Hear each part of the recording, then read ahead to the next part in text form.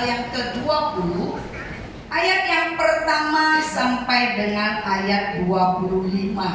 Wow, kali ini panjang ya ayat firman-Nya.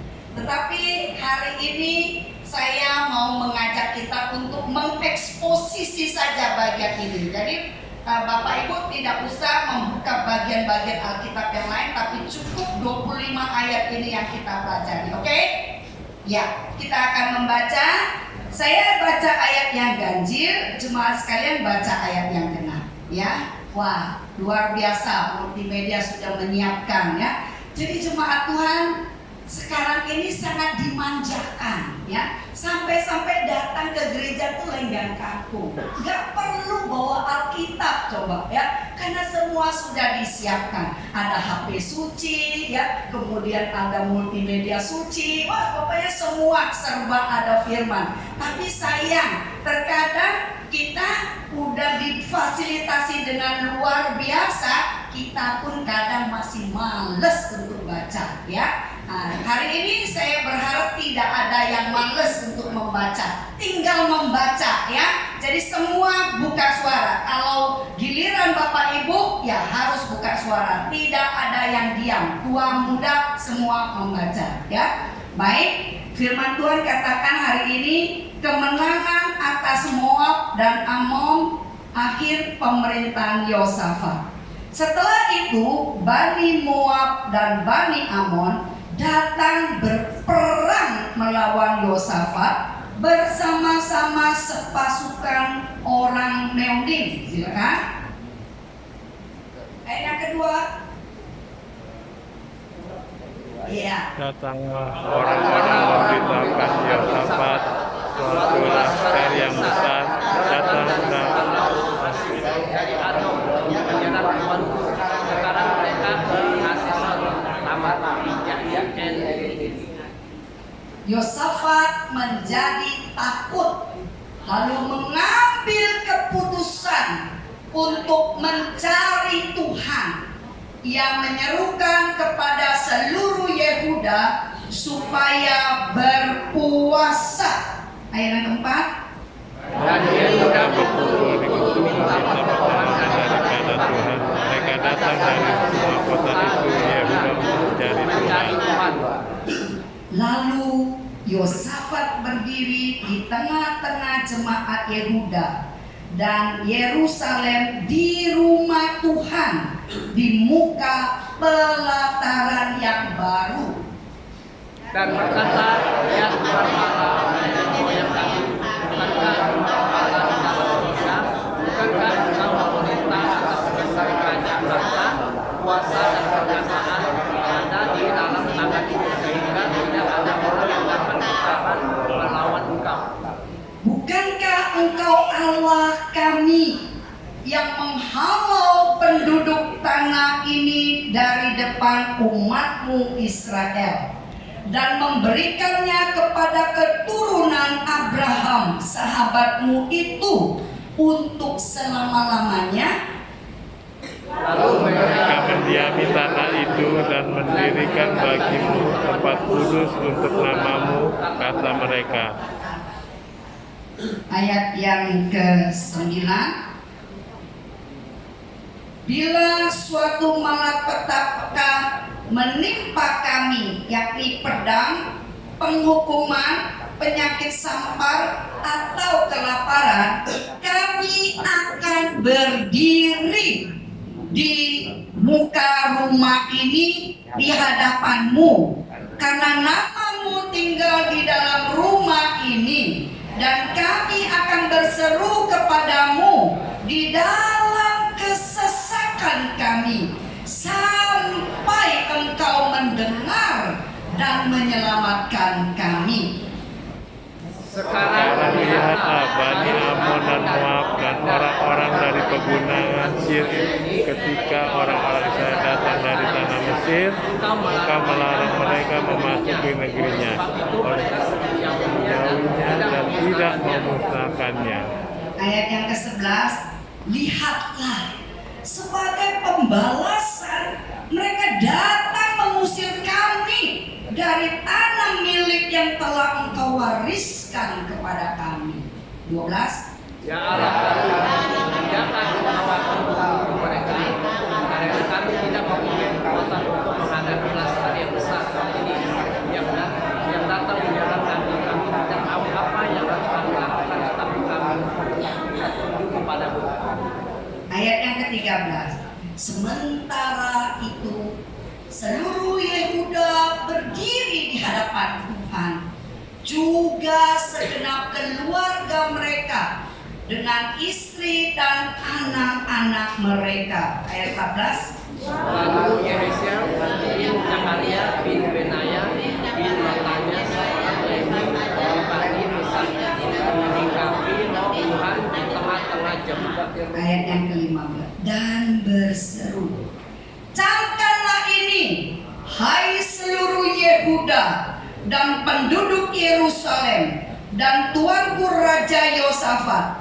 Beginilah firman Tuhan kepadamu, janganlah kamu takut dan terkejut karena laskar yang besar ini, sebab bukan kamu yang akan berperang, melainkan Allah. Besok harusnya akan turun menyerang mereka. Mereka akan mendaki gereja ini dan kamu akan mendapati mereka di ujung kembang di depan pada Ayat yang ke-17.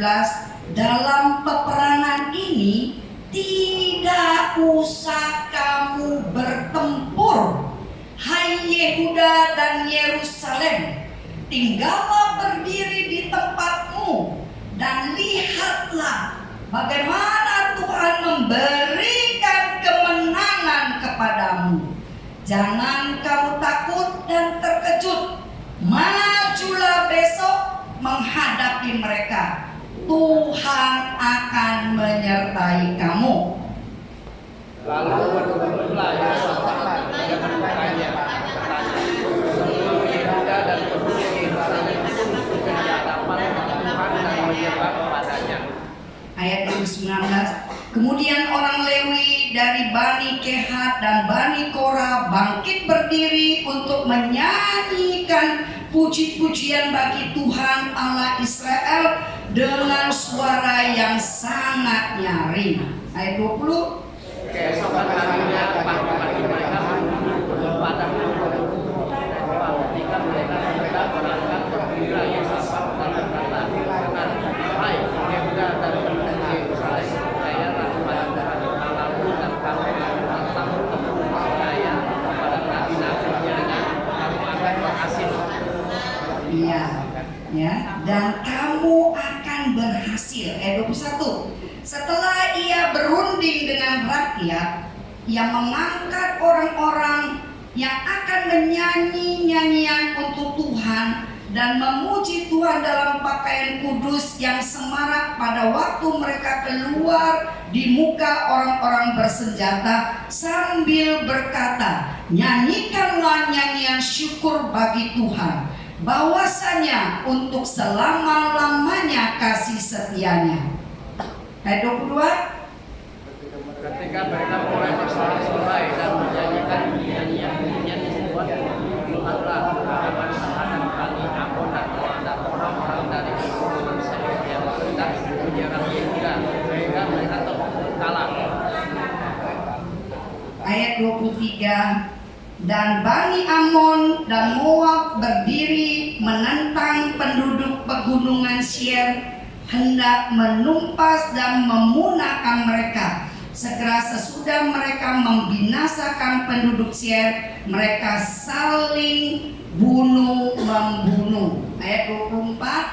Ketika orang Yehuda tiba di tempat peninjauan di padang, mereka menengok ke tempat laskar sampai laskar telah menjadi bangkai bertahan di tanah, tidak ada yang terjadi. Ayat 25. Lalu Yosafat dan orang-orangnya turun untuk menjarah barang-barang mereka. Mereka menemukan banyak ternak, harta milik, pakaian dan barang-barang berharga yang mereka rampas itu lebih banyak daripada yang dapat dibawa. 3 3 hari lamanya mereka menjara barang-barang itu karena begitu banyaknya.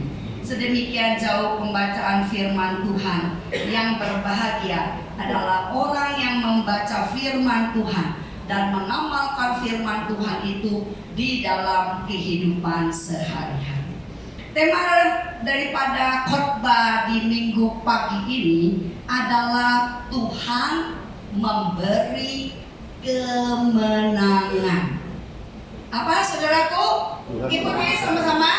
Tuhan memberi kemenangan. Kalau kita mendengar kata kemenangan, wah, kita kayaknya senang sekali. Betul? Ada yang nggak suka menang? Kalau kita lomba apapun, yang kita uber apa? Menang, ya. Juara itu yang menjadi dambaan kita. Pada bagian firman Tuhan hari ini, saya akan mengatakan dan mengajak saudara untuk mengingat kembali satu peristiwa di tahun 2020. Di awal tahun 2020, ketika ada satu peristiwa yang menggoncangkan seluruh dunia, yaitu yang namanya penyakit coronavirus, ya, corona, ya. Banyak orang yang berpikir, wah, corona sudah lewat, apa iya? Nggak ada yang tahu, ya. Tapi bukan itu yang terpenting yang saya mau kasih tahu kepada Bapak Ibu sekalian. Saya mau katakan bahwa apa yang terjadi di tahun 2020 di dalam sejarah hidup kita, ya, kalau saya sudah 61 tahun, kemudian bapak-bapak yang lain mungkin sudah 66 tahun, ya, Pak Andres, ya, 66 tahun, ya, nggak pernah dengar ada satu penyakit yang begitu menakutkan, ya, dan banyak di antara orang-orang yang kita kasihi harus pergi karena penyakit itu. Saudara, ini yang menjadi satu hal yang kita mau renungkan. Bahwa ternyata kesulitan dan permasalahan itu bisa datang begitu tiba-tiba. Dan ada seorang pun yang bisa terpikir kesulitan itu datang dengan tiba-tiba bisa menghampiri setiap kita. Inilah yang terjadi berdasarkan firman Tuhan yang kita baca, di mana ada satu peristiwa Raja Yosafat yang sedang berkuasa pada waktu itu. Pada waktu itu dalam situasi yang begitu tenang, tetapi tiba-tiba ada berita bahwa ada penyerangan dari Bani Moab, Amon, dan orang Meunim. Orang-orang yang di sekitar mereka tiba-tiba menyerang mereka.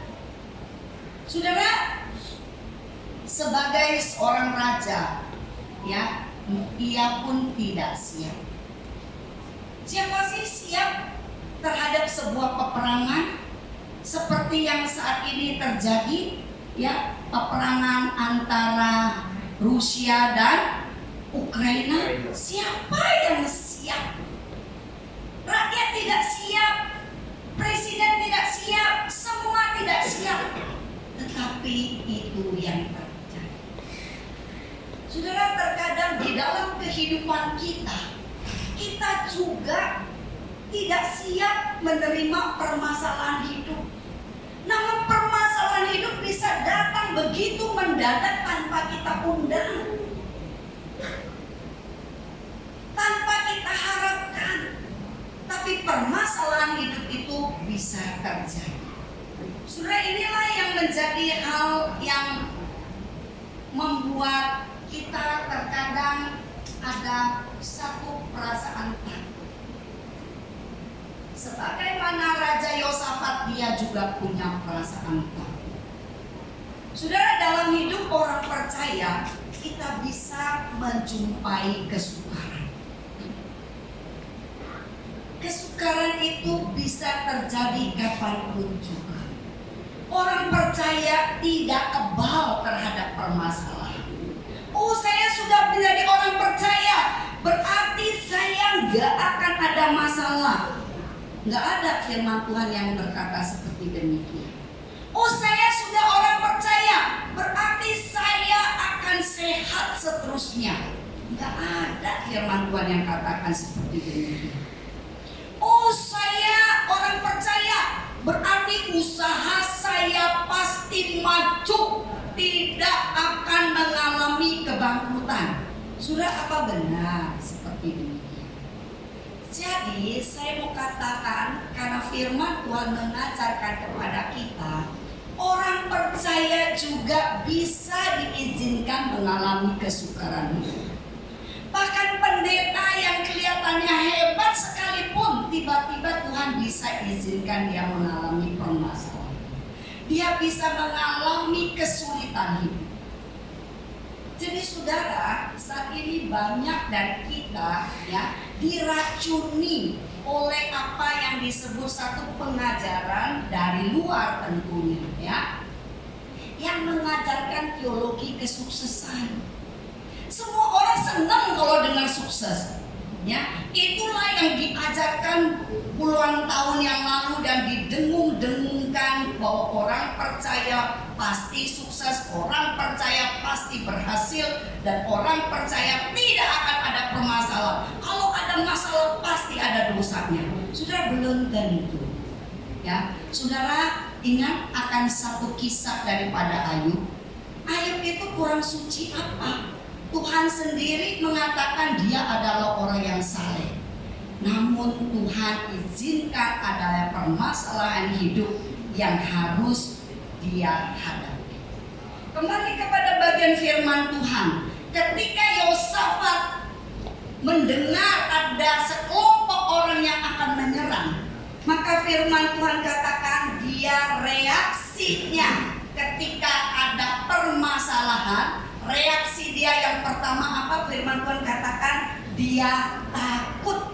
Yosafat menjadi takut. Seorang raja yang memimpin rakyat-rakyatnya bisa takut. Apalagi saudara ya dan saya tentu ada perasaan takut. Itulah reaksi ketika kita menghadapi permasalahan hidup. Itu adalah sangat manusiawi. Kalau kita menghadapi pergumulan hidup, kita ada rasa takut. Nah, ketika ada rasa takut, ada dua reaksi yang bisa terjadi. Reaksi yang pertama, kita cari orang kuat yang mana yang bisa tolong saya. Kita cari orang pandai yang mana yang bisa menolong saya. Orang kaya yang mana bisa menolong saya. Itu biasa reaksi yang pertama. Tetapi ada reaksi yang luar biasa dari Raja Yosafat. Reaksi daripada Yosafat ketika ada permasalahan hidup, ia mencari Tuhan sebagai andalannya. Ini yang menjadi satu hal yang sangat luar biasa. Ketika ada persoalan di dalam kehidupan ya, sebagaimana yang Raja Yosafat alami menghadapi orang yang akan menyerang, itu bukan sesuatu yang mudah. Namun Raja Yosafat datang untuk mencari Tuhan. Bagaimana dengan kita? Waktu kita menjumpai adanya permasalahan, pergumulan di dalam kehidupan kita, siapa yang kita andalkan yang pertama kali? Manusia atau kita andalkan? Firman Tuhan ada loh di Yeremia 17 ayat 15 katakan, terkutuklah orang yang mengandalkan manusia, terkutuklah orang yang juga mengandalkan diri dia sendiri, yang hidupnya jauh dari Tuhan. Itu yang menjadi hal yang perlu kita ingat ya. Jadi saudaraku, waktu ada permasalahan hidup, yang harus kita cari bukanlah manusia, tetapi yang harus kita cari adalah Tuhan, ya. Sebagaimana di ayat yang ke-10, ayat yang ke-12, ya Allah kami, tidakkah Engkau akan menghukum mereka? Karena kami tidak mempunyai kekuatan untuk menghadapi laskar yang besar ini yang datang menyerang kami. Kami tidak tahu apa yang harus kami lakukan, tetapi mata kami tertuju kepadamu. Ini yang menjadi sesuatu yang sangat penting. Waktu kita menghadapi persoalan hidup, ya, reaksi yang sangat-sangat penting adalah kita cari Tuhan. Mata kita tertuju kepada Tuhan. Saudara, saya punya seorang teman, ketika tanpa dia harapkan, tanpa dia berpikir, karena biasanya dia adalah orang yang sehat, tiba-tiba dia terkena penyakit kanker. Waktu dia terkena penyakit kanker, karena dia punya duit cukup banyak, maka yang dia pikirkan, wow, pasti ada dokter yang paling hebat yang bisa menyembuhkan saya. Pasti ada dokter yang luar biasa, yang sekolahnya pintar, pasti bisa menyembuhkan saya. Tapi apa yang terjadi, saudara? Penyakit kansernya tak kunjung sembuh. Semakin dia mengandalkan dokter, ya, semakin dia mengandalkan manusia, ternyata penyakit kansernya itu relapse berkali-kali. Sampai pada akhirnya dia angkat tangan. Dia menyerah. Tuhan, aku nggak sanggup. Duit makin hari makin banyak yang keluar. Sampai suatu hari dia pernah berpikir untuk bunuh diri. Lucu ya, orang sudah sekarat mikirnya bunuh diri. Ya udahlah, gak usah obatin gitu ya, mati-matilah gitu. Tapi ternyata reaksinya adalah dia mau bunuh diri. Pada waktu dia sudah berada di lantai yang tinggi mau bunuh diri, ternyata Tuhan belum tidak izinkan. Ada pendeta yang tahu, ya, dia waktu itu tinggal di rumah pendeta dan melihat kondisi dia yang sudah mau manjat jendela mau bunuh diri, kemudian dia ditangkap, kemudian diajak untuk berdoa. Dan apa yang terjadi, saudara? Akhirnya dia nggak bisa bunuh diri karena Tuhan nggak izinkan. Kemudian dari pengalaman itu akhirnya dia tidak lagi mengandalkan dirinya sendiri. Kemudian dia mengandalkan dirinya hanya kepada Tuhan, ya. Waktu dia mengandalkan dirinya kepada Tuhan, matanya hanya tertuju kepada Tuhan, ya. Akhirnya mukjizat terjadi, ya. Dan dia mengalami pemulihan dari Tuhan dan dia sembuh, ya. Saudara, ini jadi sesuatu yang sangat-sangat luar biasa. Sekarang dia berkomitmen hanya mau melayani Tuhan. Walaupun dia tidak menjadi seorang pendeta atau seorang penginjil, tetapi dia begitu giat datang untuk melayani orang-orang sakit yang lain, di mana dia pernah merasakan, ya, satu keterpurukan sampai pengen bunuh diri saking putus asanya. Dia kemudian setelah dia sembuh, dia mau menjadi bagian untuk melayani orang lain. Sudah saya mau katakan, kalau kita mengandalkan manusia, mengandalkan diri sendiri, justru keterpurukan yang akan terjadi. Kemudian kita bisa melihat bagian yang ketiga, ya, bagaimana Raja Yosafat itu mencari Tuhan sebagai sumbernya. Ya, di situ terlihat di ayat yang ke-7 sampai dengan ayat yang ke-9. Jadi ketika pergumulan atau permasalahan itu datang menghampirinya, maka dia mencari Tuhan, ya.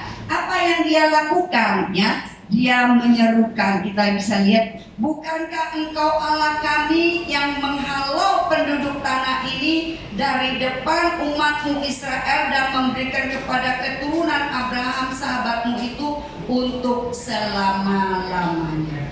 Jadi saudara, Raja Yosafat kembali mengingat bagaimana kebaikan Tuhan yang luar biasa, yang sudah memberikan tanah perjanjian kepada nenek moyangnya, ya. Jadi dia mengingat akan kebaikan daripada Tuhan. Dia mencari Tuhan sebagai sumbernya, sebagai pusatnya, ya. Penyerahan yang penuh, ya, ini menjadi sesuatu yang luar biasa. Dari mana kita tahu bahwa ada penyerahan yang penuh, ya? Kita bisa lihat bagaimana Raja Yosafat mengajak penduduk Yehuda, ya, untuk berpuasa.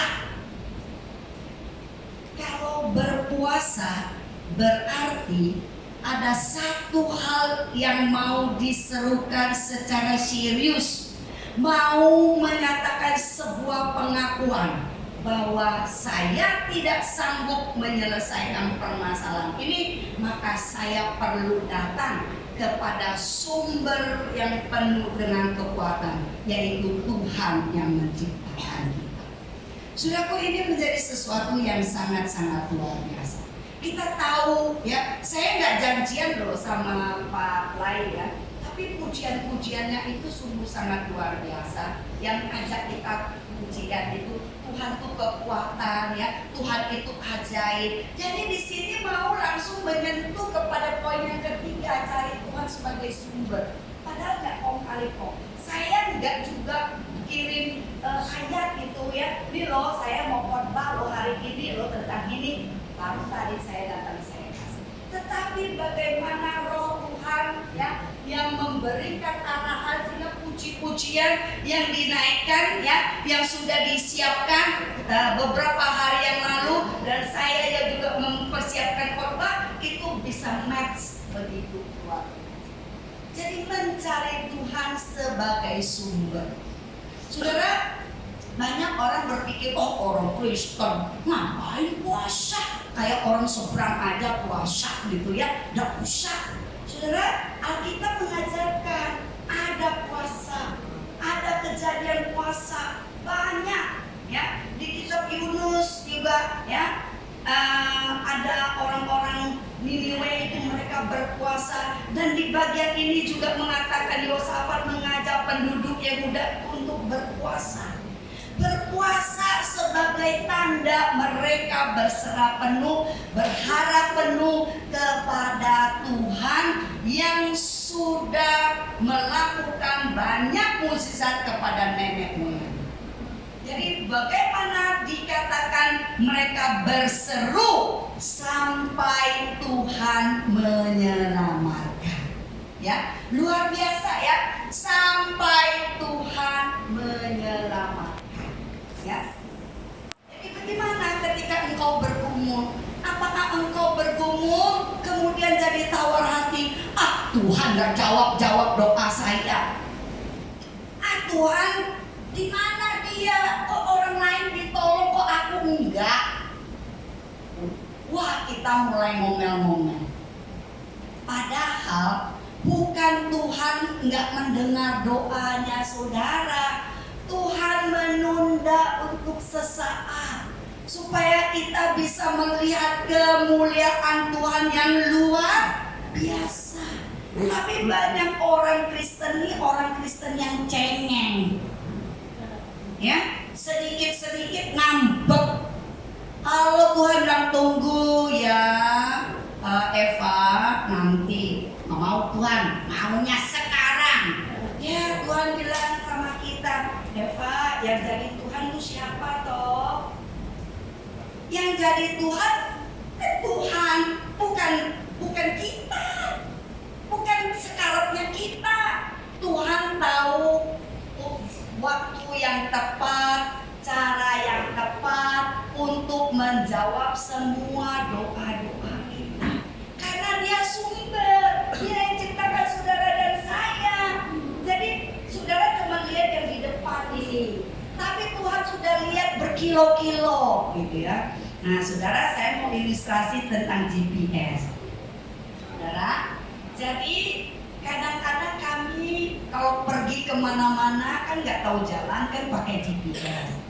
GPS itu kalau harus kita percayai, kalau dari awal kita set mau pergi ke Season City, GABK haleluya. Kalau dari awal dari Cibubur saya udah set sedemikian rupa dan saya betul-betul taat, percayalah bahwa saya akan sampai pada waktu yang paling tepat, karena dia dari atas tuh udah pantau nih, mana nih jalan yang macet, mana jalan yang tidak macet, maka dia akan kasih tahu jalan yang sebelah ini nggak macet, ikutin.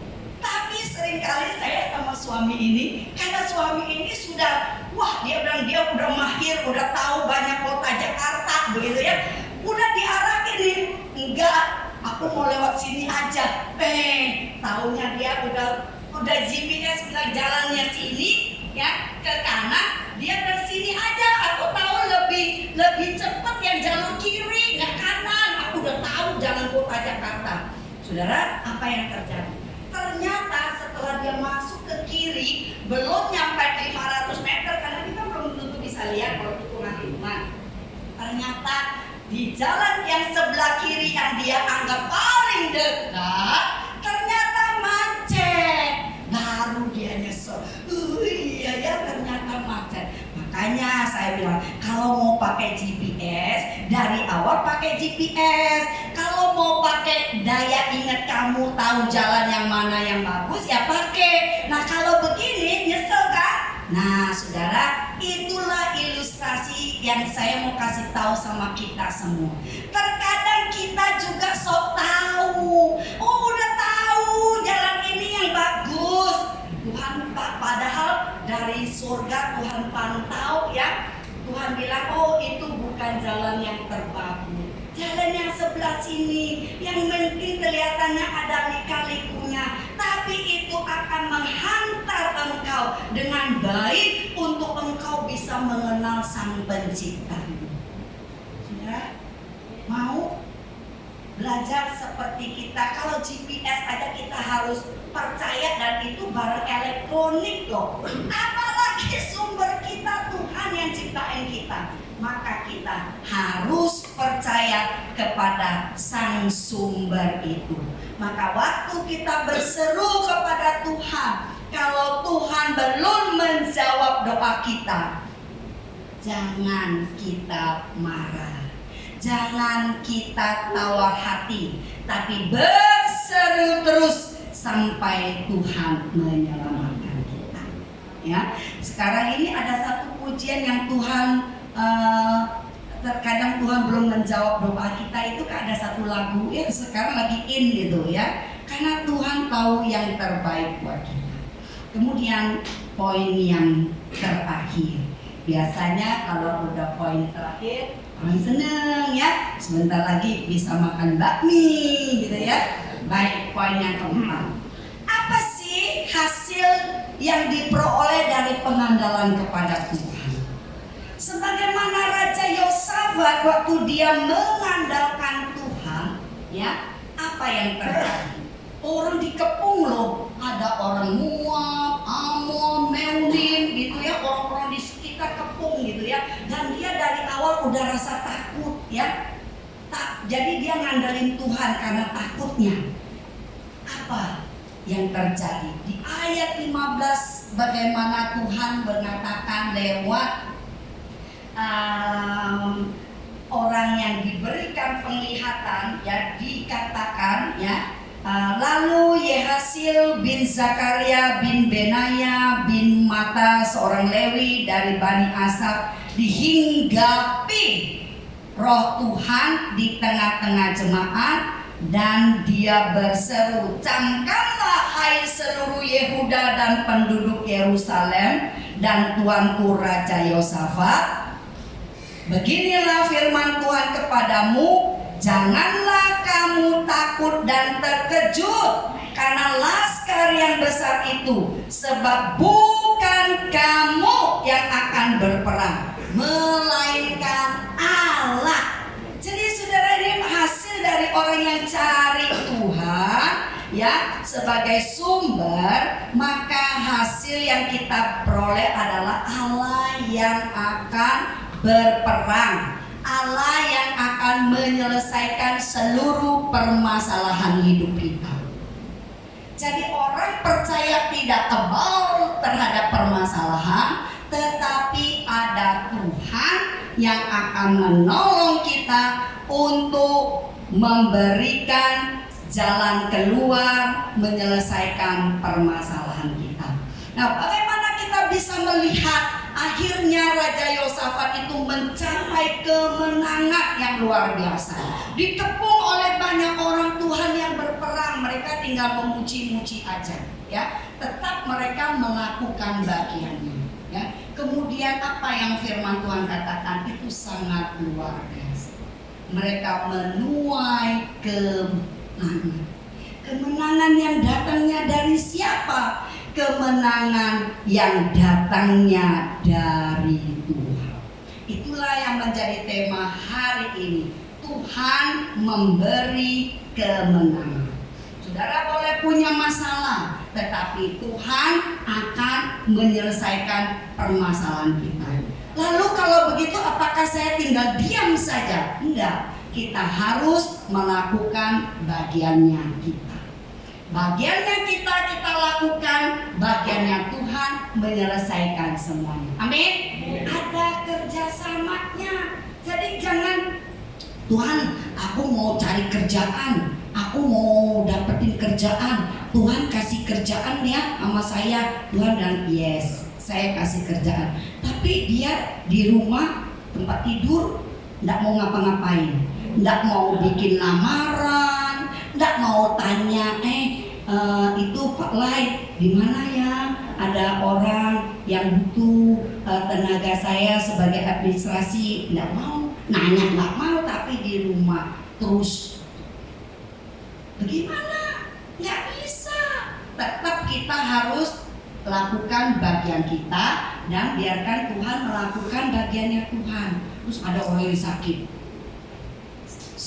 saya doa aja, saya nggak mau ke dokter, saya nggak mau makan obat. Sebenarnya Tuhan bisa ya sembuhkan kita dengan caranya Dia sendiri, bisa. Tapi menjadi persoalan Tuhan mau nggak dengan cara seperti itu. Tuhan bilang aku sudah berikan kepintaran sama dokter-dokter sekolah tinggi-tinggi. Ya sudah, kalau Tuhan mau kita pergi ke dokter ya cari dokter. Saya punya teman satu ekstrim banget, dia sakit nggak mau ke dokter. Suatu hari dia kecelakaan, ya kecelakaan cukup parah, ya. Biasanya dia selalu ngotot nggak mau ke dokter. Akhirnya waktu kecelakaan dan begitu hebat, ternyata 911 pasti datang untuk bawa dia ke rumah sakit. Walaupun dia bilang mau usah ke rumah sakit, tetap nggak bisa. Di sana ternyata dia harus dirawat beberapa hari dan ininya, ya, syarafnya ada mengalami permasalahan. Saudara, jadi ada masalah, datang kepada Tuhan, Tuhan lakukan bagiannya Tuhan, kita juga harus melakukan bagiannya kita. Jadi itu ya saudara. Kemudian yang hasilnya apalagi? Hasilnya adalah yang diperoleh adalah penyembahan dan pengucapan syukur. Mereka boleh melihat bagaimana karya Tuhan yang begitu luar biasa, rampasan perang yang begitu luar biasa. Mereka ngambil rampasan perang itu 3 hari nggak habis-habis. Berarti berapa banyaknya? Banyak sekali. Nah itulah kalau Tuhan yang sudah berkarya memberikan kemenangan, ya. Jadi hasil yang diperoleh sangat-sangat luar biasa. Sudah terkadang di dalam hidup kita berpikir kita sudah gagal, tapi tidak selalu demikian. Terkadang Tuhan menunda akan jawaban doa kita karena ada yang lain yang Tuhan mau berikan. Bagian penutup ada sebuah cerita kisah nyata, ya. Ini ada gambar. Mungkin teman-teman sudah pernah lihat gitu ya.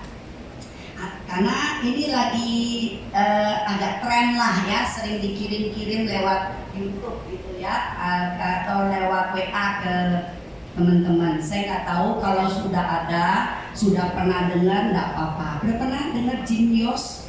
Sudah ya. Nah, Jim Yos ini adalah seorang misioneri Amerika yang melayani di Papua bukan setahun 2 tahun, tapi sudah 45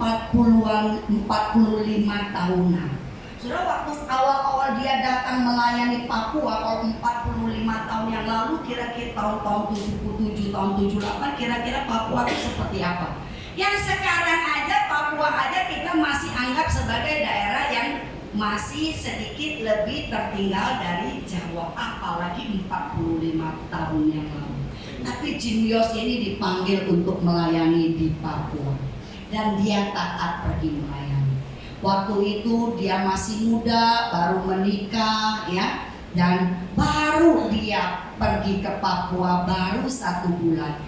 Ternyata dia mengalami penyakit yang disebut dengan malaria. Wow, di Papua itu malarianya agak beda ya dengan malaria di Pulau Jawa. Di sana malarianya lebih ganas. Ya.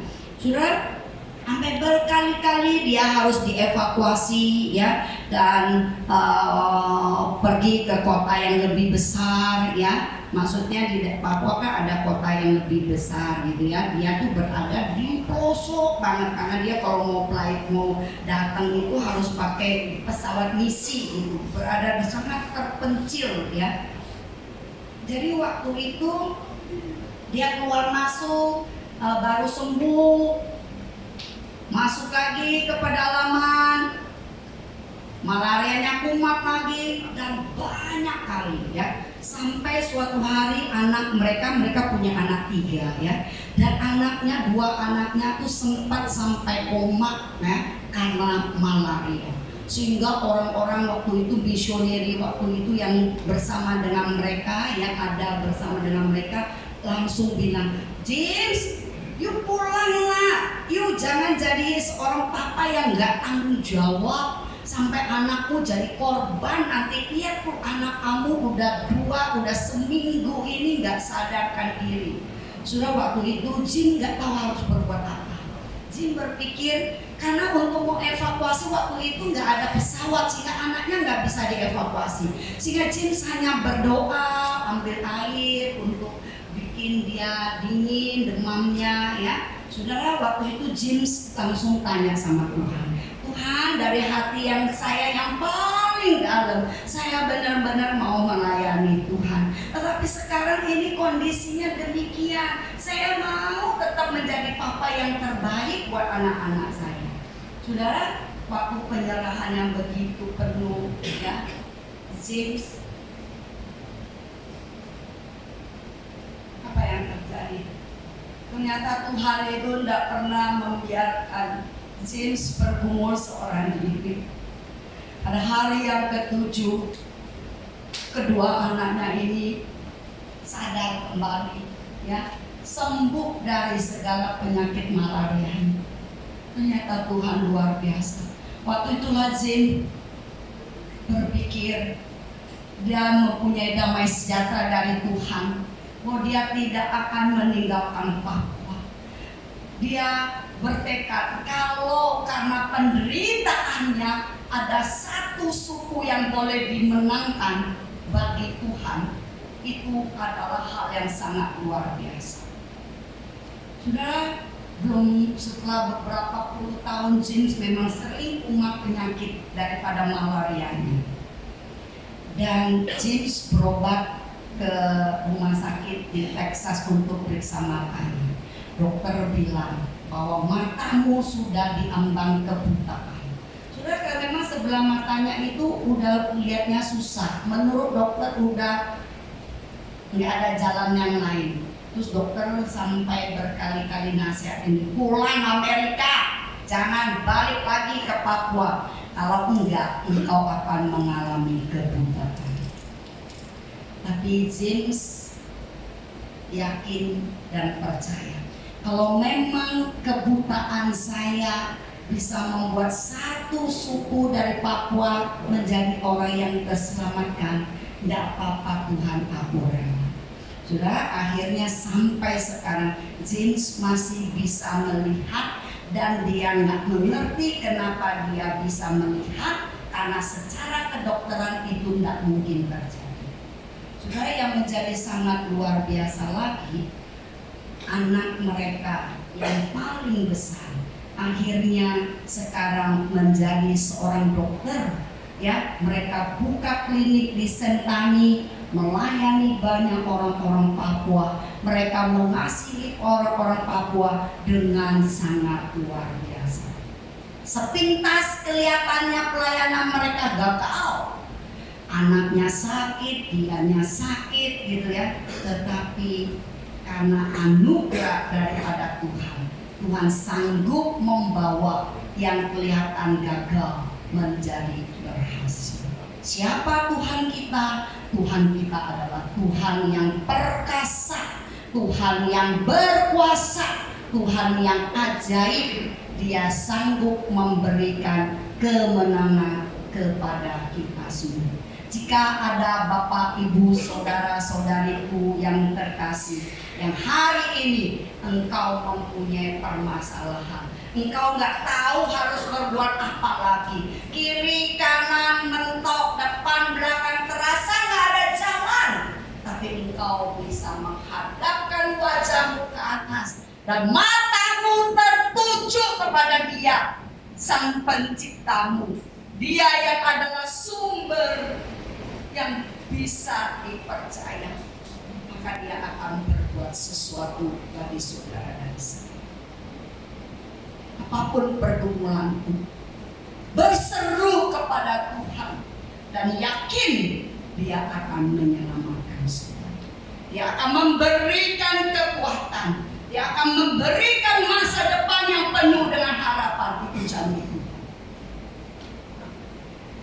Mari datang kepada Tuhan, katakan kepada Tuhan, Tuhan, di tengah-tengah kelemahanku, di tengah-tengah ketidakberdayaanku, tapi aku yakin aku punya satu Tuhan yang sangat ajaib. Aku punya Tuhan yang sungguh sangat luar biasa, yang mampu memberikan kekuatan, yang mampu memberikan ketenangan, sehingga ada jalan keluar yang dapat Tuhan berikan dengan hikmat daripada Tuhan kepada saudara dan saya.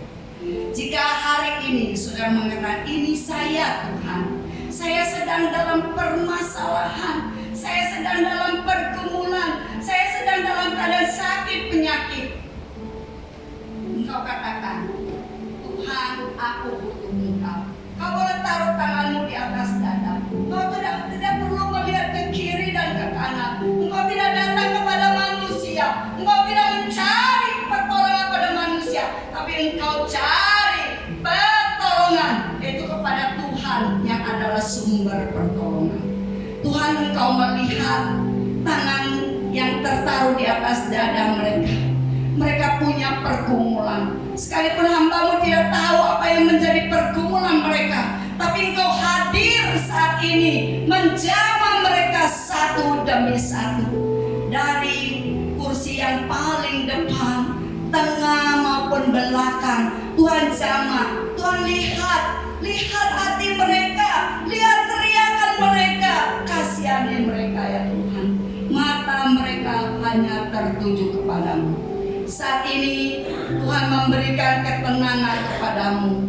Biarlah kau terus berseru kepada Tuhan. Tuhan, mataku hanya tertuju kepadamu. Mataku hanya tertuju dan berseru kepadamu, karena Engkau adalah sumber penghidupan, sumber pengharapan, dan sumber damai sejahtera. Terima kasih Tuhan, Engkau sudah menjawab pergumulan mereka masing-masing dengan cara-Mu, dengan waktu-Mu. Terima kasih Tuhan. Di dalam nama Tuhan kami Yesus Kristus, kami berdoa dan mengucap syukur. Haleluya, puji Tuhan. Yang percaya katakan amin.